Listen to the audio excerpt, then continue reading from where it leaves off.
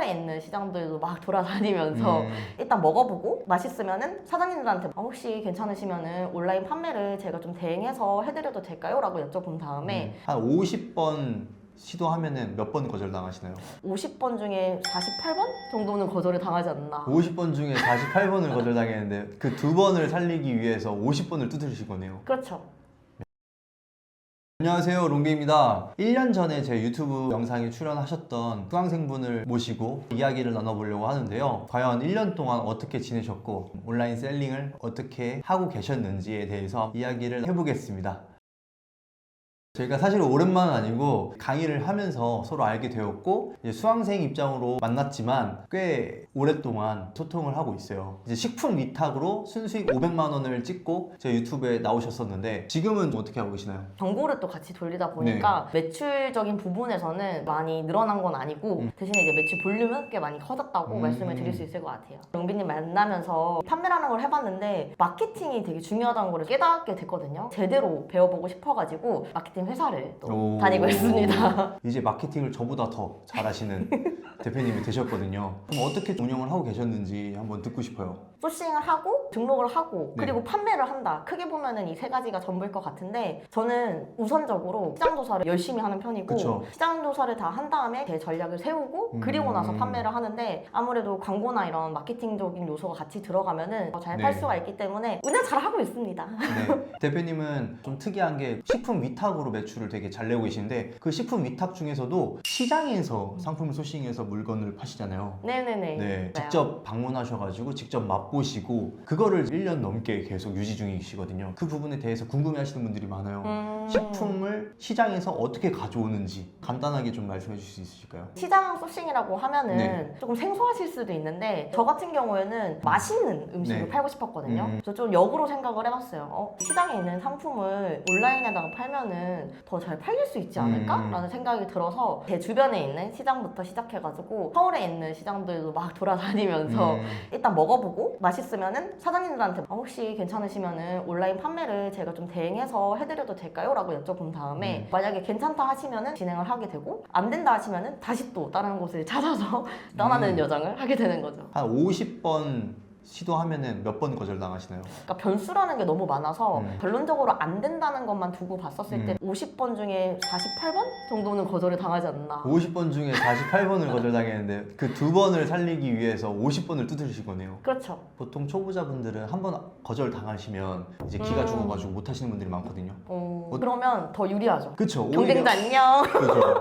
그러면 이 시장에서 소싱할 때 가격 단가는 좀 괜찮나요? 제가 상품을 판매를 한다고 했었을 때 살짝 구성을 좀 달리하는 편이에요. 온라인에 판매를 하려고 하면은 사장님도 저희한테 주는 단가가 있겠지만 더 길게까지 보고 가면은 마케팅도 해야 되기 때문에 그것까지 생각을 해서 이제 들어가야 되거든요. 그래서 저는 같은 상품이어도 같은 상품인 것처럼 안 보이게 상세 페이지 기획을 한다든지 아니면 썸네일을 만든다든지 차별점을 두면서 하고 있는 것 같습니다. 식품은 공산품보다 어렵다라는 그런 편견에 대해서 어떻게 생각하세요? CS 문제 때문에 그렇게 생각을 하신 것 같은데 그렇게 CS가 문제인 경우는 없었던 것 같아요. 일단 식품이니까 본질은 맛이라고 생각을 해서 이 맛이라는 것도 어떻게 보면은 주관적이잖아요, 되게. 그래서 저는 최대한 그 맛을 좀 상상할 수 있게 풀어서 써내려 가는 것 같아요. 이 식품 같은 경우는 뭐 예를 들면 배송이 늦어져서 폐기해야 되는 상황이 있잖아요. 어떻게 처리하셨어요? 일단은 판매를 하는 제 책임이 먼저 있기 때문에 고객 CS의 문제는 제가 알아서 잘 처리를 하고 선택권을 드려요. 그거에 맞춰서 소싱을 했던 그 사장님이랑 처리를 하는 편입니다. 좀 애매한 상황들이 또 있기도 해요. 근데 저는 오히려 그럴 때 CS에 더 잘 해드리는 것 같아요. 왜냐면 사장님과 저와의 관계도 좀 중요하고 그리고 고객님과 저와의 관계가 중요한 게 이 고객님은 맛있으면 어쨌든 또 재구매를 해주시거든요. 그럴 때는 당장은 손해라고 생각을 할지언정 제 사비로 충당을 해드리고 그리고 나서 이제 CS를 처리하는 편인 거죠. 야, 너무 좋습니다.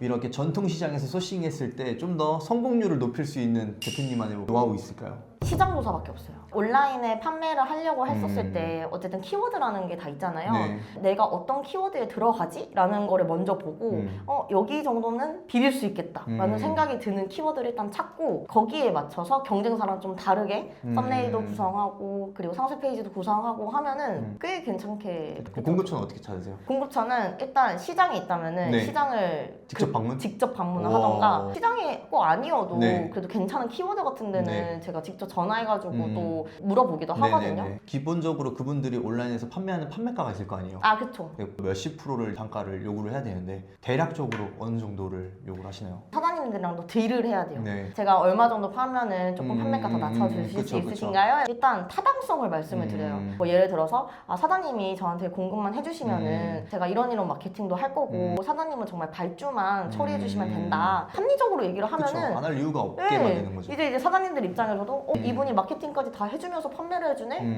그러면은 뭐 좀 더 싸게 드릴게요 라고 이렇게 흘러가는 거죠. 그렇죠. 그럼 이제 상품을 판매해 보시면서 가장 힘들었던 상황이 있을까요? 음식이라는 것도 주관적인 거긴 하지만 제가 먼저 맛을 봐야 되고 네네. 무조건 직접 제 발로 띄워야 된다. 위탁임에도 불구하고 네, 그쵸. 소싱을 해야겠다라고 생각해서 먹어봤는데 맛이 없어가지고 안 한 것도 많겠네요. 아, 있어요. 음. 그래서 그것 그 50개 중에 네. 거절됐던 상황 중에 하나가 되는 거예요. 그러면 이제 대표님께서 이제 매출을 6천만 원까지 한번 찍어 보셨잖아요. 매출 6천 내려고 하면 어떻게 해야 돼요? 일단 노출을 늘릴 수 있는 쿠팡 무료 노출 프로모션이 시즌 되면은 또 엄청나게 많이 밀어주기 노출량이 확 때문에 늘어나죠. 광고까지 조금 더 때려준다 하면은 그냥 뭐 날개가 달려서 허랄랄랄랄라 근데 보통 이제 무료 아닙니다. 노출 프로모션이 뭐 10%에서 20%를 할인을 네네네, 제한을 맞아요. 하잖아요. 그거를 제했어도 이제 마진이 남으셨어요. 당연히 그거 들어갈 거 생각하고 판매가를 정하셔야죠. 미리. 제일 많이 쓰는 게 쿠팡이고 그리고 네이버 이런 거를 제일 중점으로 많이 네, 하실 것 같은데 프로모션까지 다 계산을 한 다음에 판매가를 정해요. 내가 어떤 플로우로 이 플랫폼을 장악을 할 것인지까지 정하고 그 다음에 역으로 들어가야지만 제가 원하는 판매가를 맞추면서 네. 손해도 안 나고 날개는 달리고 시너지 효과를 낼 수 있는 것 같습니다. 대표님처럼 시장에 방문해서 소싱을 해서 위탁 판매를 하고 싶으신 분들도 계실 텐데 그분들을 위해서 뭐 간단하게 하고 싶은 말씀 있으실까요? 주변 시장부터 한번 가보세요. 그냥 물어보는 거 전 안 어렵다고 생각하거든요. 근데 이런 긍정적인 마음 가지면서 이렇게 두드리다 보면은 생각지도 못한 노다지들을 많이 만날 수가 있어가지고 일단 한번 해봐라. 그로스도 어쨌든 내가 갖고 있는 게 아니라 네. 대신해 주는 거잖아요. 그쵸. 저는 이런 시스템을 알고 잘 이용을 해야지만 잘 살아남을 수 있지 않나라는 생각이 듭니다. 1년 동안 지금 많이 성장하셨잖아요. 앞으로의 목표가 좀 궁금합니다. 진짜 제 브랜딩을 해서 아예 브랜드를 만들고 싶거든요. 건강에 관심이 또 많이 생겨가지고 네. 그런 쪽에 있는 브랜드를 만들어서 한번 판매를 해보고 싶다라는 생각이 들긴 하더라고요. 제 교육 들으시면서 가장 좋았던 점 하나만 얘기해 줄 수 있어요? 제 가치관 중에 하나인데 네. 누구를 만날 때 항상 진심으로 대하자가 제 신조거든요. 네네. 근데 롱비님은 강사님이신데도 불구하고 진짜 그 진심이 너무 잘 느껴지는 거예요. 아유. 다른 강의를 들었었을 네네. 때 너무 속상할 때 적이 있었거든요. 그러셨어요? 네, 아니 왜냐면 저는 궁금한 게 많아요. 열정 과다에 네. 살짝 그 물음표 살인마 기질이 네. 있는데 귀찮아하시는 거 하나도 없이 본인이 아시는 거를 다 알려주시잖아요. 제가 다른 강의에서는 좀 알고 계셔도 이만큼만 알려주세요. 일부러. 저는 돈을 주고서 강의를 듣는 건데도 불구하고 이만큼은 노하우니까 말씀 안 해주시는 거예요. 용빈님은 그냥 이만큼 아시는 것 뿐만이 아니라 계속 알려주세요. 귀찮으셨구나. 아니 귀찮진 않았는데. 앞으로도 좀 길게 보고 아이, 같이 그럼요. 오랫동안 그럼요. 오래오래 함께 하시죠. 네. 네.